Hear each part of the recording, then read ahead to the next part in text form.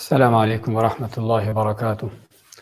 الحمد للہ رب العالمین والصلاة والسلام علی رسولہ الکریم وعلی آلہ وصحبہ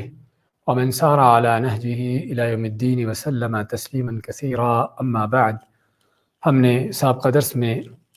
آیت نمبر 212 اور 213 لی تھی سورہ بقرہ کی، ان آیات کو دہراتے ہیں۔ اعوذ باللہ من الشیطان الرجیم، زین للذین کفروا الحیات الدنیا، مزین کی گئی، خوبصورت بنائی گئی کافروں کے لیے دنیا کی زندگی۔ وَيَسْخَرُونَ مِنَ الَّذِينَ آمَنُوا، اور وہ مذاق اڑاتے ہیں ان لوگوں کا جو ایمان والے ہیں۔ ہم نے ذکر کیا تھا اس آیت کے حوالے سے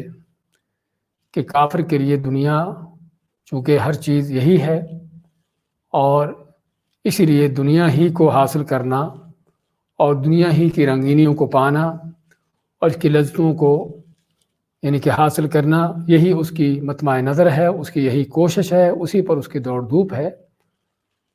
اور اسی سے پتہ چلتا ہے کہ دنیا کے ساتھ دل لگانا کس کا کام ہے، اور دنیا کی خوبصورتیاں ڈھونڈنا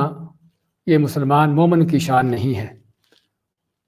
اور اسی لیے پھر کافر، منافق، مادہ پرست، دنیا دار، جب اس کی نظر میں دنیا ہی ہر چیز ہے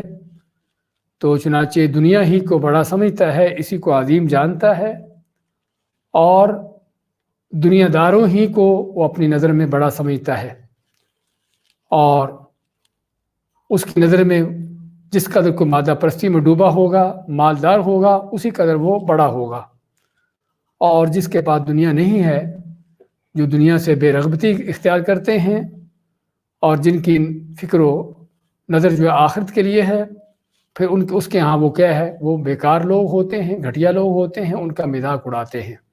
اسے مایا کہ کافر جو ہیں یسخرون من الذین آمنوا، ایمان والوں کا مذاق اڑاتے ہیں، والذین اتقوا فوقہم یوم القیامہ، اور جب کہ یہ دنیا کے چند دن ہیں کہ جب کافر، منافق، مادہ پرست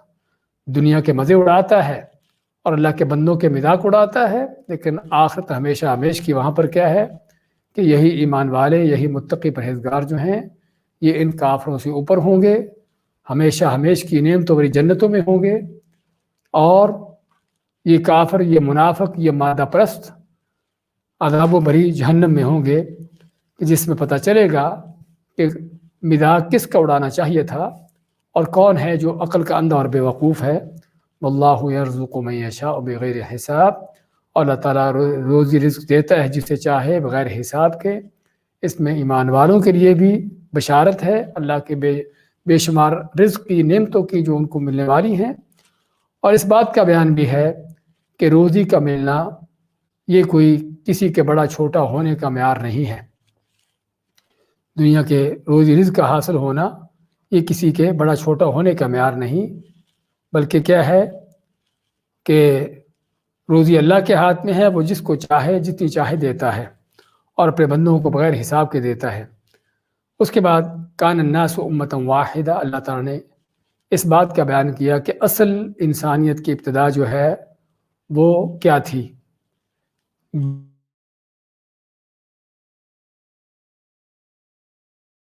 لیکن اللہ تعالیٰ اس آیت میں واضح کرتا ہے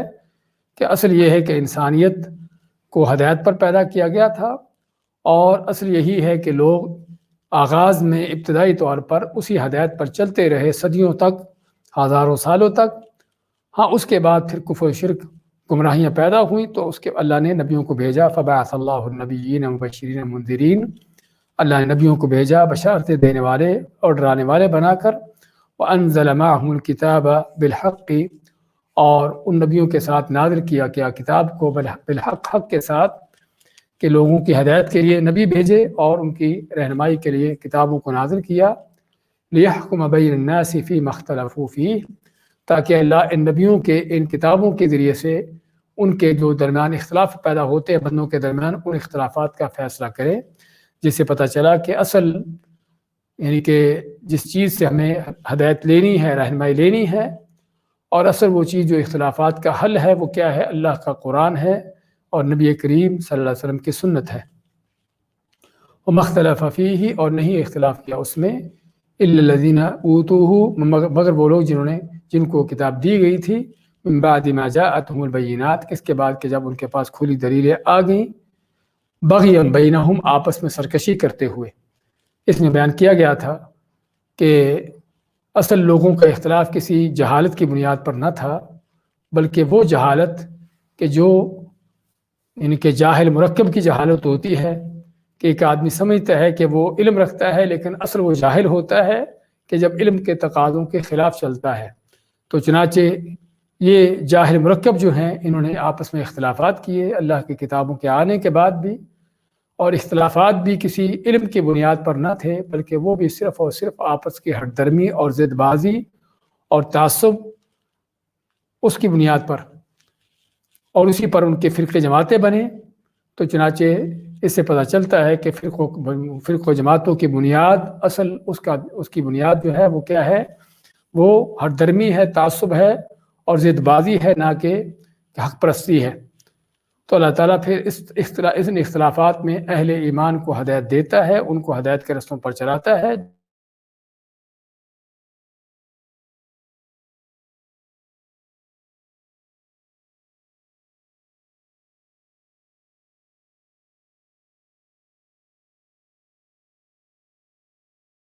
سے اپنے امر سے اللہ نے ان کو حق بات کی، ہدایت کی، رہنمائی کی، اس پر چلے۔ واللہ یہدی من یشاء الی صراط مستقیم، اور اللہ تعالیٰ ہدایت دیتا ہے جسے چاہے سیدھی راہ کی۔ اس کی بعد کی آیت لیتے ہیں۔ اعوذ باللہ من الشیطان الرجیم، ام حسبتم ان تدخلوا الجنہ ولما يأتكم مثل الذين خلوا من قبلكم مستهم البأساء والضراء وزلزلوا حتى يقول الرسول والذين آمنوا معه متى نصر الله ألا إن نصر الله قريب يسألونك ماذا ينفقون قل ما أنفقتم من خير فللوالدين والأقربين واليتامى والمساكين وابن السبيل وما تفعلوا من خير فإن الله به عليم كتب عليكم القتال وهو كره لكم وعسى أن تكرهوا شيئا وهو خير لكم وعسى أن تحبوا شيئا وهو شر لكم والله يعلم وأنتم لا تعلمون۔ ام حسبتم ان تدخلوا الجنہ، کیا تم نے سمجھا کہ تم جنت میں داخل ہو جاؤ گے؟ یعنی ایسے ہی تم بغیر آزمائشوں کے، امتحانوں کے جنت تم کو مل جائے گی۔ ولما، اور ابھی تک نہیں، یأتیکم، آئے تمہارے پاس،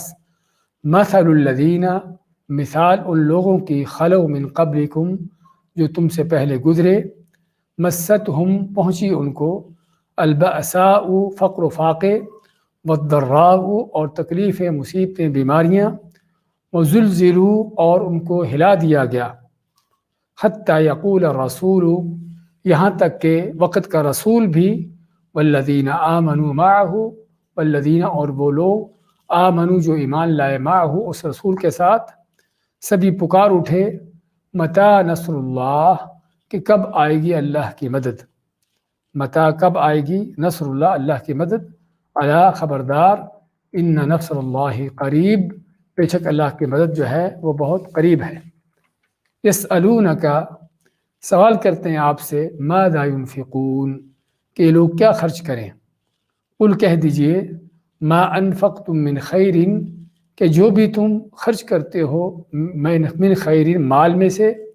یا حلال مال میں سے، فللوالدین، پس وہ والدین کے لیے ہے، والاقربین، اور قرابت والے رشتہ داروں کے لیے ہے، والیتامى، اور یتیموں کے لیے، والمساکین، اور مسکین و غریبوں کے لیے، وابن السبیل، اور مسافروں کے لیے، لفظی معنی جو رستے کا بیٹا، اور رستے کے بیٹے سے مراد یعنی مسافر۔ وما تفعلوا من خیر، اور جو بھی تم خیر و بھلائی کرو، فإن اللہ بہ علیم، پس بے شک اللہ تعالیٰ اس کو خوب جانتا ہے۔ کتب علیکم القتال، لکھا گیا، فرض کیا گیا تم پر، القتال، جنگ کرنا، قتال کرنا، جہاد کرنا، وہو کرہ لکم، جبکہ وہ تمہیں بہت ناپسند ہے، سراسر ناپسند ہے، وعسا، اور شاید کہ ان تکرہوا شیئا، کہ تم کسی چیز کو ناپسند کرو، تکرہو کراہت کرو، ناپسند کرو، شیئا کسی چیز کو، وہو خیر لکم، جبکہ وہی تمہاری بہتری کی ہو، وعسا، اور شاید کہ ممکن ہے، ان تحبوا، کہ تم پسند کرو، محبت کرو، شیئا کسی چیز سے، وہو شر لکم، جبکہ وہی چیز تمہارے نقصان کی ہو، شر کی ہو، واللہ یعلم، اور اللہ تعالیٰ جانتا ہے، وانتم لا تعلمون، اور تم نہیں جانتے ہو۔ سورہ بقرہ کی آیت نمبر 214 سے 216 تک کی تلاوت اور ترجمہ پیش کیا گیا ہے۔ فرماتا اللہ تعالیٰ، ام حسبتم ان تدخلوا الجنہ، کیا تم نے سمجھا کہ تم ایسے ہی جنت میں چلے جاؤ گے؟ اللہ تعالیٰ نے جنت میں جانے کا رستہ بیان کیا ہے کہ جنتوں کا رستہ کیسا ہے، اور کیا وہ رستہ پھولوں کی سیج پر ہے، وہ راحت و آرام کا ہے، جنتوں کا رستہ حلوے کھیروں کا رستہ ہے، ہاں جنتوں کا رستہ بڑی عیاشیوں بدماشیوں کا رستہ ہے، یا کہ کچھ اور ہے؟ تو اللہ تعالیٰ نے اس چیز کو بیان کرتے ہوئے سوال کی شکل میں، ام حسبتم، کیا تم سمجھے بیٹھے ہو، اور تعجب کے انداز سے، کہ عظیم الشان جنت، نعمت و بری جنت، ہمیشہ ہمیش کی جنت، وہ تم سمجھتے ہو کہ بغیر کسی مشکل مصیبت کے، بغیر کسی تکلیف امتحان کے، بغیر قربانی کے ایسے مل جائے گی؟ ہاں دنیا میں تم چھوٹی سی کوئی دنیا کی چیز حاصل کرنا چاہتے ہو، معمولی سی کوئی چیز دنیا کی لینا چاہتے ہو، ہم مثال دیتے ہیں گاڑی کی، آج کل چونکہ اس زمانے میں اس کی ضرورت بھی ہے اور ہر کی تمنا بھی ہے، گاڑی تم لینا چاہتے ہو، خریدنا چاہتے ہو، اور اس کو حاصل کرنے کے لیے تم کو کتنا مال چاہیے، اس مال کو کمانے کے لیے تم کو کیا محنتیں کوششیں کرنا ہوتی ہیں،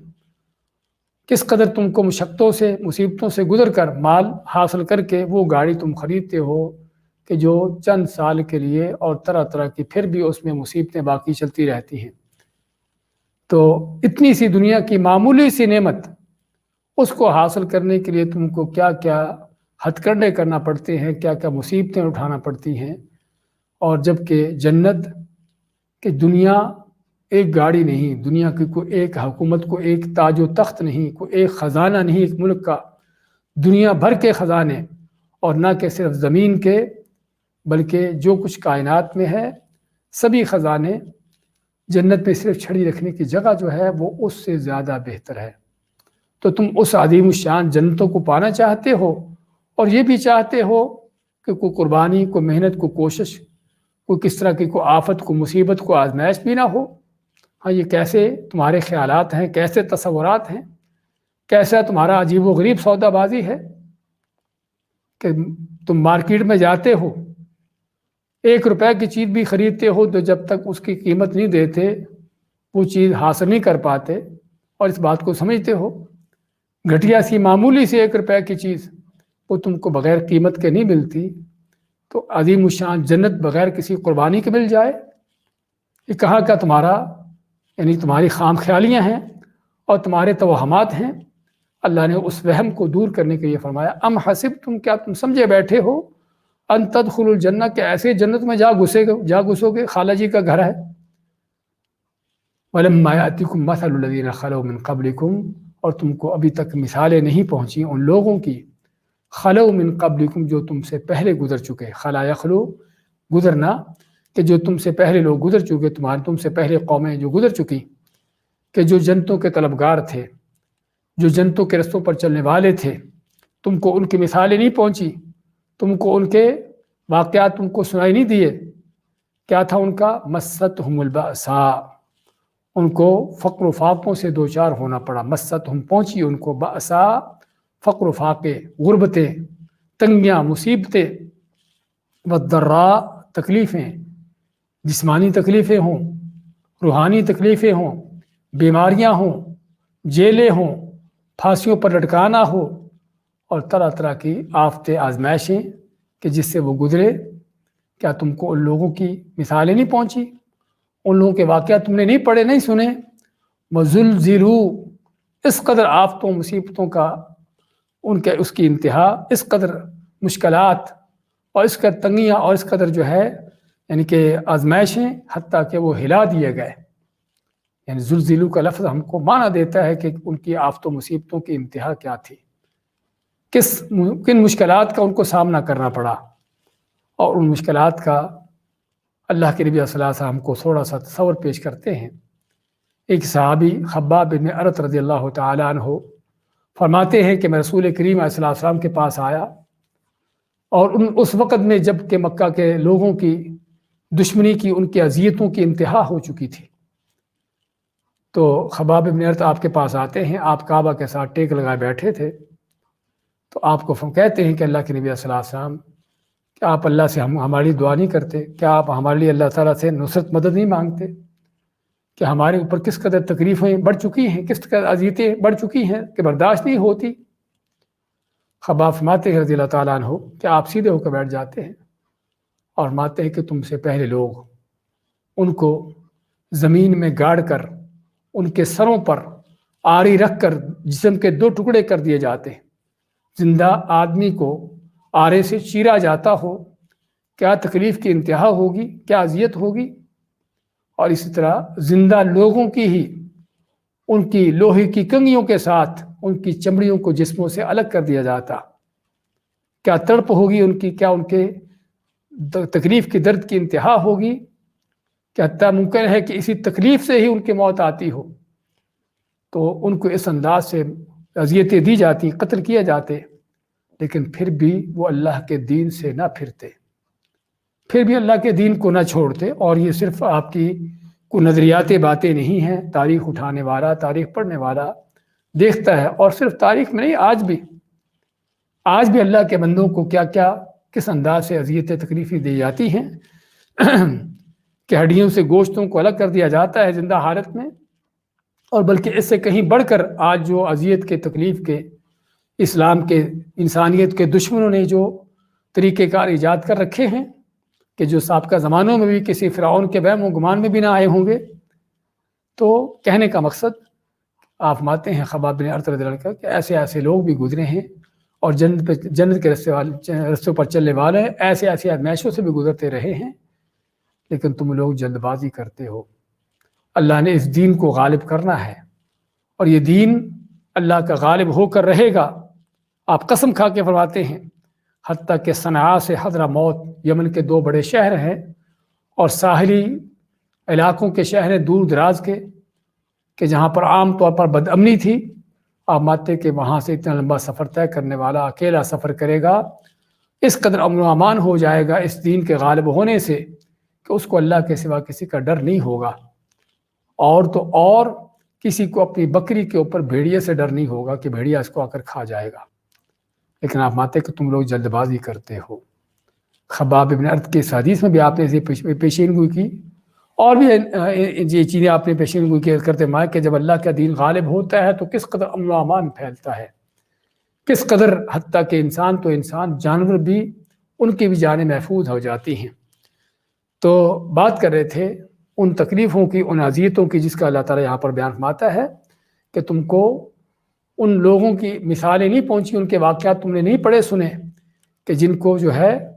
تکلیفوں مصیبتوں سے دوچار ہونا پڑا، بڑی آفتیں مصیبتیں ان پر پڑی،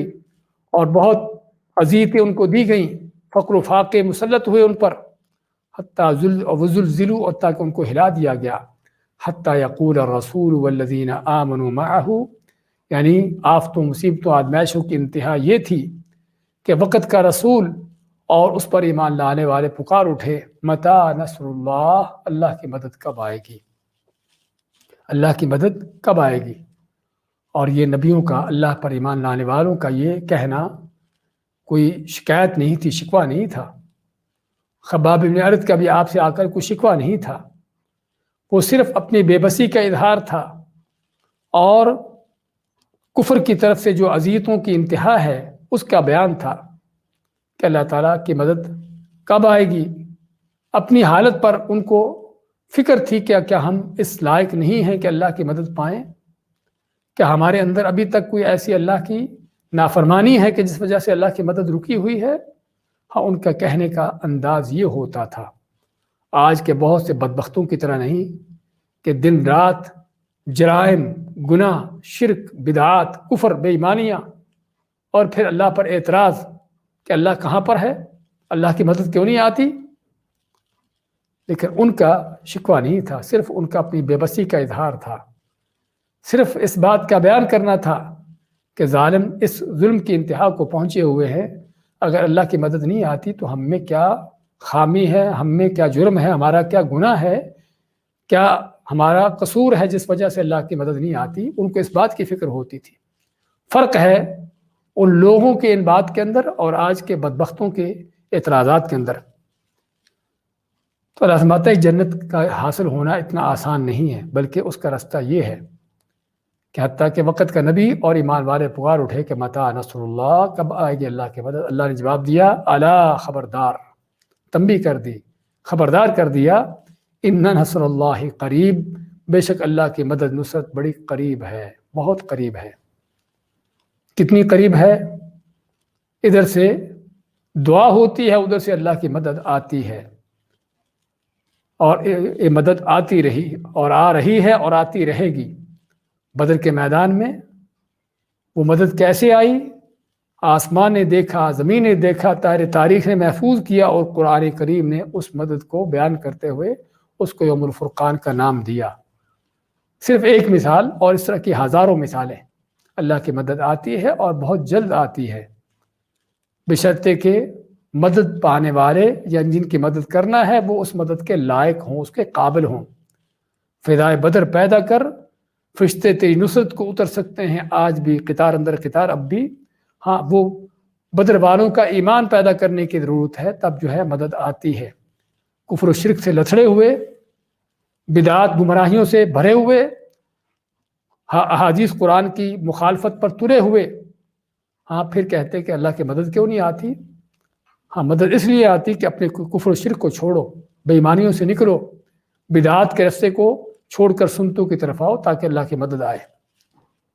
تو بات کر رہے تھے کہ جنتوں کا رستہ یہ ہے کہ جس کے قربانیاں ہیں، ان اللہ اشتری من المؤمنین انفسهم واموالهم بان لهم الجنہ، بے شک اللہ نے مومنوں سے ان کی مال جانیں خرید لی، کس کے بدلے میں؟ جنت کے بدلے میں۔ تو ضرورت ہے اس ایمان کو پیدا کرنے کی، وہ قربانیاں دینے کی، وہ جذبہ پیدا کرنے کی کہ جس کے پیچھے جنتیں حاصل ہوتی ہیں۔ اور اس آیت کا جو سب سے بڑا سبق ہے وہ کیا ہے کہ جنتوں کا رستہ کو پھولوں کی سیج پر نہیں ہے، جنتوں کو حاصل کرنا کوئی راحت و آرام سے نہیں ہے، بلکہ جنتوں کا رستہ بہت بڑا کٹھن مصیبتوں کا، مشکلات کا رستہ ہے۔ اور قرآن کریم میں اللہ نے جگہ جگہ پر اس چیز کا ذکر کیا ہے کہ جنت والوں کو جب جنتوں کی بشارتیں دی جائیں گی، جنت میں داخل ہوں گے، تو ان کو کیا کہا جائے گا کہ یہ جنت تم کو دی گئی ہے کس کی وجہ سے؟ بما صبرتم، اس وجہ سے جو تم نے صبر کیا ہے، صبر کرتے ہوئے اللہ کے احکام پر بھی چلے ہیں، نافرمانیوں کو بھی چھوڑا ہے، تکلیفیں بھی اٹھائی ہیں، آفتیں مصیبتیں بھی جھیلی ہیں، دشمنوں سے مقابلے بھی کیے ہیں، اور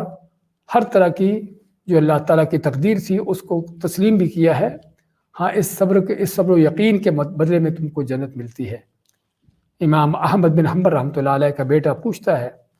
کیونکہ اپنے باپ کو دیکھتا تھا کہ جیلوں میں ان کو ٹھونسا جا رہا ہے، ان پر کوڑے برستے ہیں،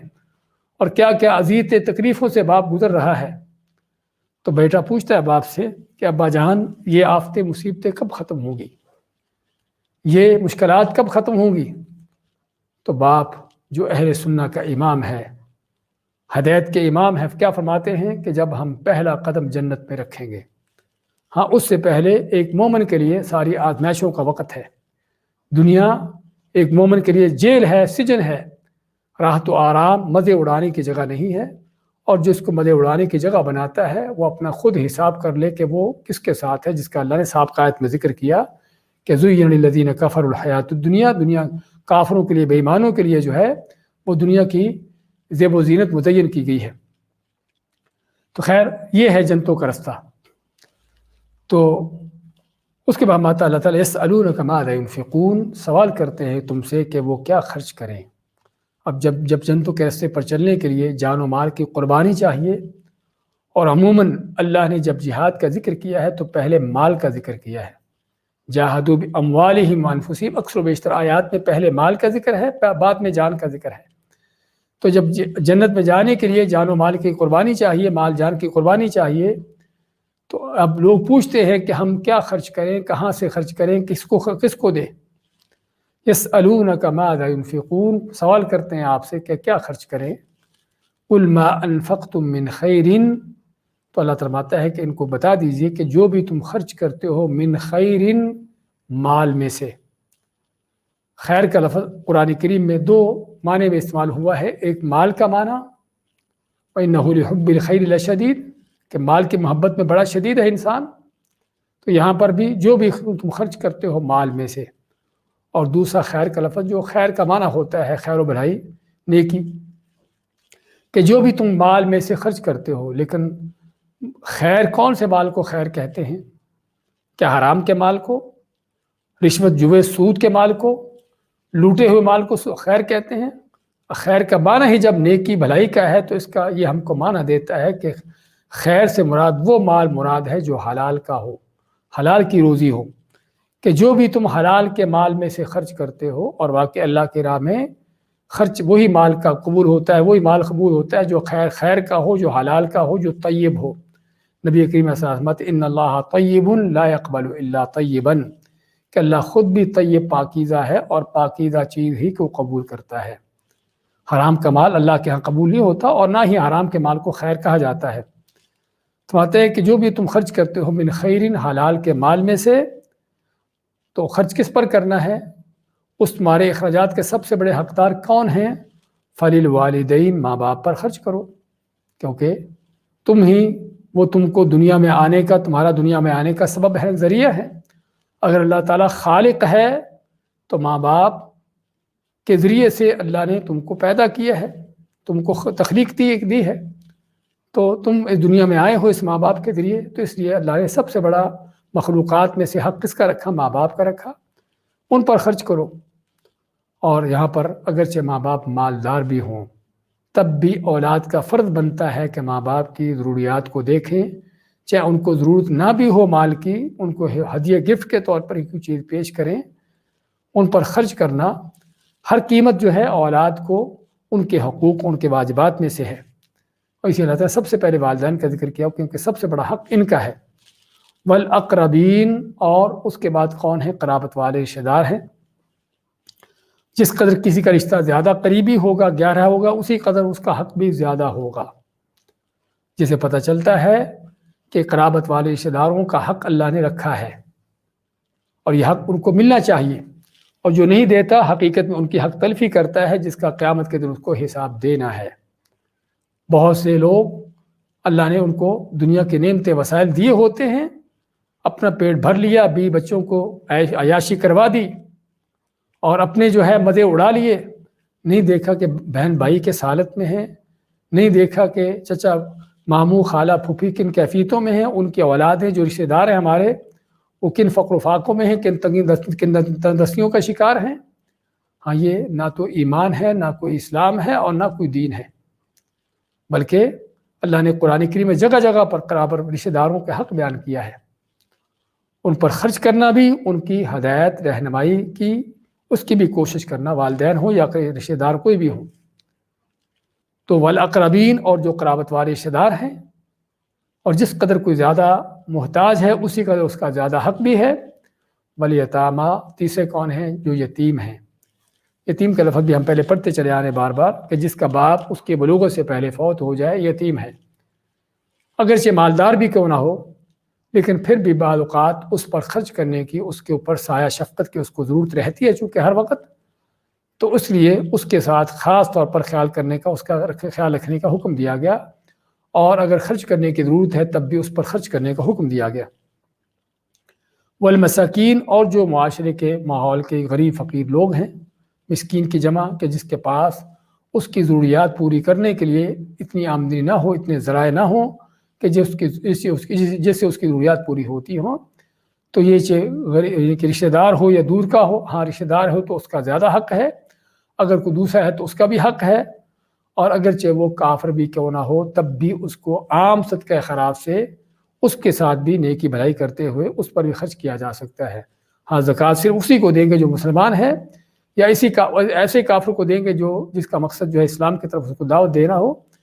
لیکن عام صدقہ خیرات مسکینوں پر بھی یعنی کہ کافر مسکینوں پر بھی خرچ کیے جا سکتے ہیں۔ وابن السبیل، اور جو لفظی معنی ابن کے معنی بیٹا، سبیل کے معنی رستہ، جو رستے کا بیٹا ہے، اور اس سے مراد ہمیشہ کیا لیا جاتا ہے؟ جو مسافر ہے۔ ہاں مسافر چونکہ سفر میں ہے، گھر سے دور ہوتا ہے، اور اس کو ممکن ہے کہ اس کا سفر خرچ ختم ہو جائے اور اب اس کو ضرورت ہو کسی تعاون کی، مال کی، تو ایسے لوگوں پر بھی خرچ کرنا یہ ان کے ان اہم ترین صدقے کی جگہ ہیں جن کا اللہ تعالیٰ بیان فرماتا ہے۔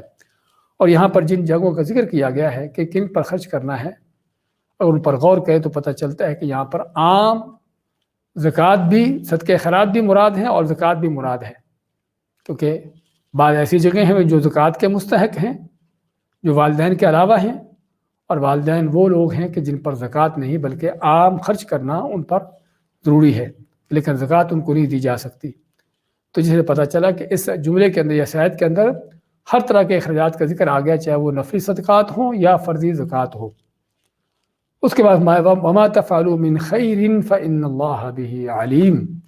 کہ جو بھی تم کرتے ہو خیر و بھلائی میں سے۔ اب یہاں پر یہ بھی بیان کر دیا کہ خرچ کس پر کرنا ہے۔ اللہ نے پہلے تو ذکر کر دیا چند لوگوں کا، ماں باپ کا، رشتہ داروں کا، یتیموں کا، مسکینوں اور مسافروں کا،